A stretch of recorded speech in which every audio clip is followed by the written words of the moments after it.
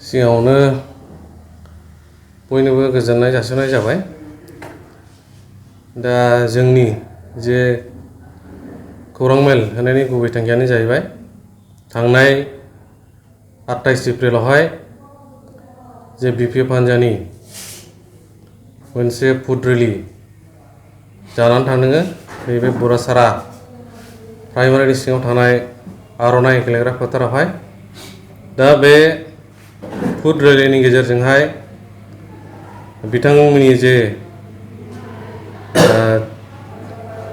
Meeting जानानै थांदोंमोन, बे मिटिंनि गेजेरजोंहाय बिथांमोना जोंनि बुरासारा प्राइमारिनि सिङाव थानाय माखासे गामिनिफ्राय जे गावसिनि पार्टियावहाय जइन जादों होननायखौ जोङो निउस एबा मिडियानि गेजेरजों नुनो मोनदों।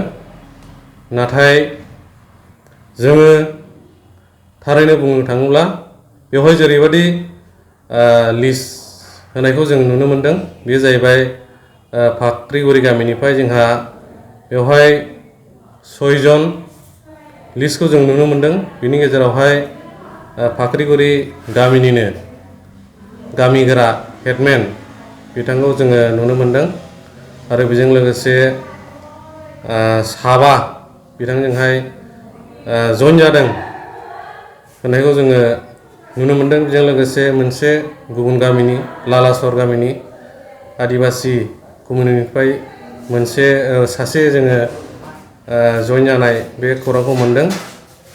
दा बिनि गेजेरावहाय जोङो नायनानै नुनो मोनबाय, जेरै फाख्रिगुरि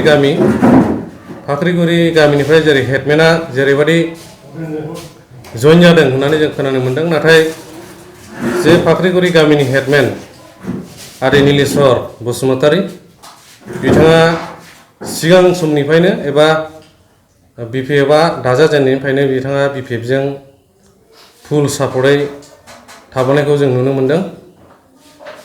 आरो बिथाङा बावैसो सिगां जे एमएलए बाइ इलेक्सन जादोंमोन, बिनि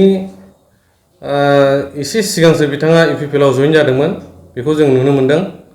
नाथाय बिथाङा दायो आरोबाव बिपिएफआव जइन जाफिनदों, बेखौ जोङो नुनो मोनदों। जोङो बेयावनो हमनो हाबाय बिथाङा खुनु स्थिति बिथांनाव गैया आरोखि। इउपिपिएलआव थांलाय आरो बिपिएफआव थांबाय, बिदिखौ जों नुनो मोनदों। जोङो बिथांनि सायाव फोथायनाय गैखायामोन। बिथाङा जोंनाव जइन जादोंब्लाबो बिथाङा जोंनि जे पार्टिनि आदर्शखौ मानिनानै सोलिगोन बेखौ जों आसा खालामाखैमोन। आरो जाय बिथांमोनहा बेवहाय जेरैबायदि मुं होजादों, जेरै जयन्त नार्जारी, चक्रदिप मुसाहारी, प्रपेन बसुमतारी, सुरज औवारी, सरन नार्जारी, गासै मोनसे गामिनिफ्रायनो जोङो 6 जन जानायखौ नुनो मोनदों आरोखि। दा बिथांमोनखौ जोङो मा होनबावनो, बिथांमोनाबो फुललि बिपिएफ सापर्टारखा होननानै जोङो बिथांमोनखौ सिगांनिफ्रायनो मिथिखायो। मानो होनोब्ला बिथांमोना मालाबा समावहाय इउपिपिएलआव जइन जायो, मालाबा समाव बिपिएफआव जइन जायो, खुनु स्थिति गैया आरो बिथांमोनाबो। दिनै जोङो इउपिपिएलआ जुदि मोनसे सुबुं गोमा लिङोबा बिथांमोना इउपिपिएलआवबो जइन जागोन, बेखौ जोङो डाइरेक्टलि होनो हायो। मानो होनोब्ला बिथांमोना ओरैबा ओरै आरोखि। दा नैबेवहाय जोङो लालासर गामिनिफ्राय जे सनातन मुर्मु होननाय बिथांमोना जइन जादों होननानै बुंदों, जोंबो मिडियाआव नुदों। नाथाय बिथाङा इउपिपिएलनि सासे मेम्बारमोन सिगां समाव। नाथाय बिथाङा जोंनि इउपिपिएलनि माखासे निति आदर्श बेफोरखौ मानिनो थाखाय जोङो बिथांखौ मेम्बारशिपनिफ्राय बिथांखौ दाननाय जादों आरोखि। दा बिथाङा दानजानायखौ दुखु मोननानै एबा जोंनि इउपिपिएलनि आदर्शखौ मानिखाय जों दानदों। आरो दानजानाय लोगोसे बिथाङा जोंनि मावथिफोरजोंहाय मोखां हाया जादों।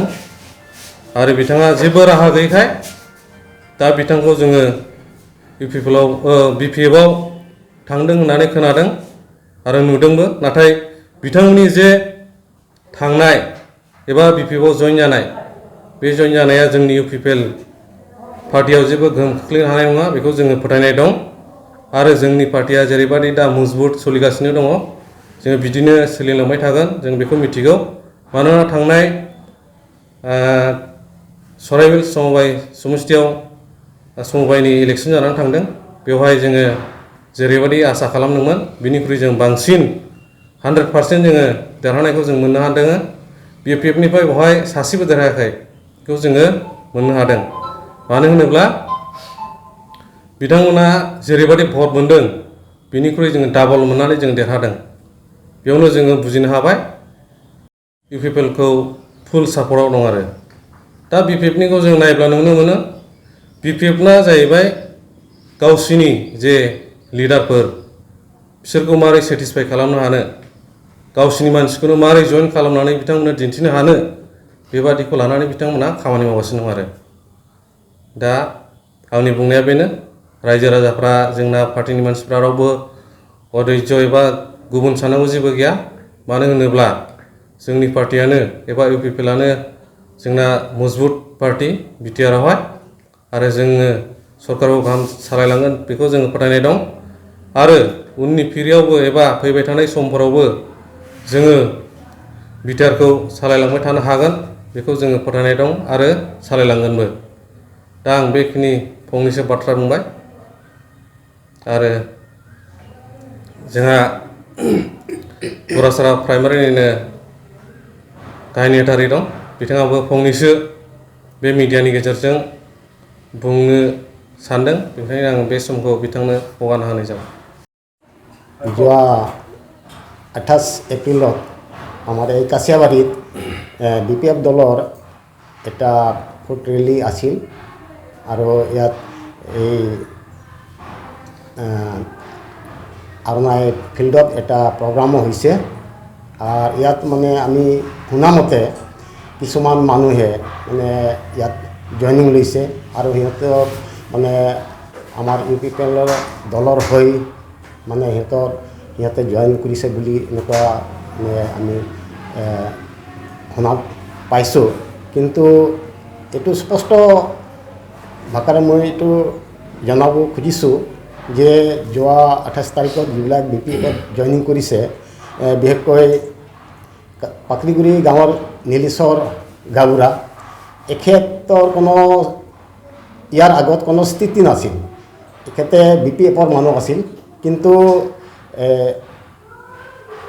তাতে থাকি পেলাই যোৱা এমএলএ বাই ইলেকশ্যনত কিবা কাৰণত অলপ কিবা এটা সুবিধা চাই পেলাই এখেতে ইউপিপিএল দলত জইনিং কৰিব লগা হৈছে কিন্তু ইয়াৰ ভিতৰত আমি চালোঁ যে তাৰ আচল মানে অন্তৰৰ পৰা জইনিংটো কৰা নাই খালি মানে নামতহে ৰুল কৰি আছে বুলি আমি এনেকুৱা পাইছিলোঁ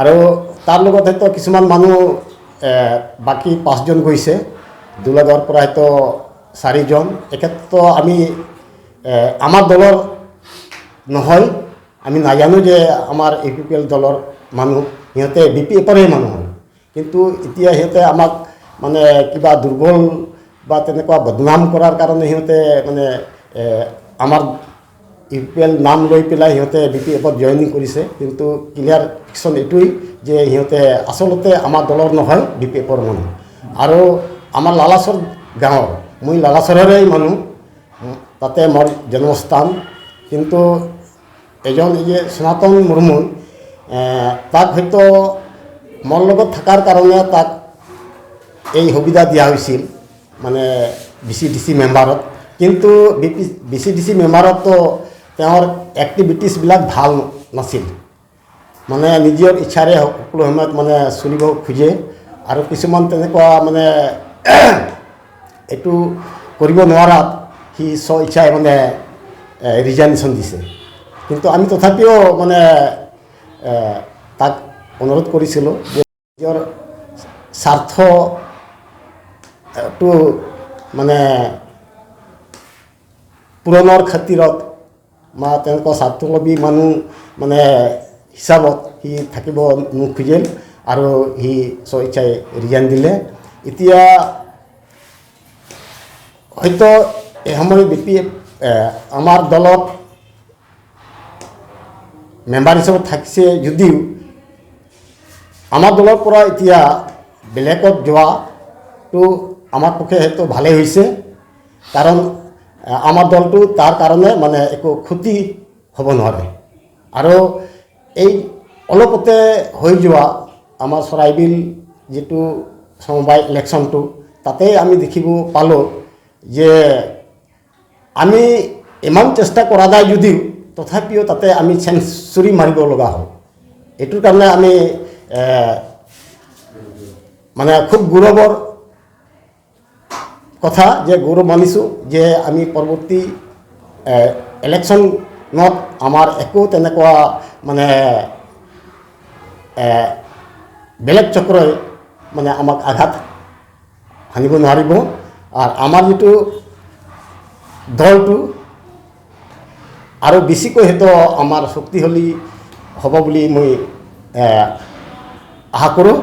এইখিনি মই আজি এই প্ৰেছ মিটৰ যোগেদি সকলোকে মই স্পষ্টীকৰণ দি মোৰ ক'বলগীয়া এতিয়া শেষ কৰিলোঁ।